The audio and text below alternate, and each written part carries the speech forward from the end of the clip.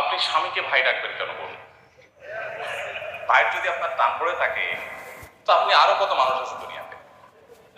এখন কথায় কথায় বলছেন, অর্থাৎ হতে পারে ভুলে বলে ফেলেছেন, অথবা ইচ্ছাকৃত বলেছেন, আবেগের আতিশয্যে বলেছেন, হতে পারে। এরকম যদি বলে থাকেন, কাজটা অন্যায় করেছেন, কিন্তু এর কারণে বিবাহ বিচ্ছেদ হবে না, সেই ভয়ের কোনো কারণ নেই।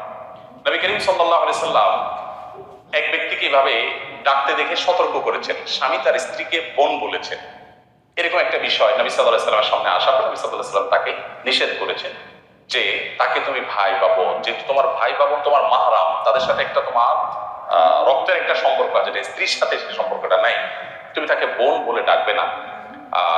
একইভাবে স্ত্রী তার স্বামীকে ভাই বলে ডাকবেন না। আমি অনেকের কথা জানি যে তারা খুব স্বাভাবিকভাবে স্বামী স্ত্রী একে অন্যকে ভাই বোন বা এটা আরে ভাই রাখো ভাই, হ্যাঁ, এই টাইপের কথা বলেন। এটা অনুচিত, এটা গুনাহ, হাদিসে নিষেধ আছে।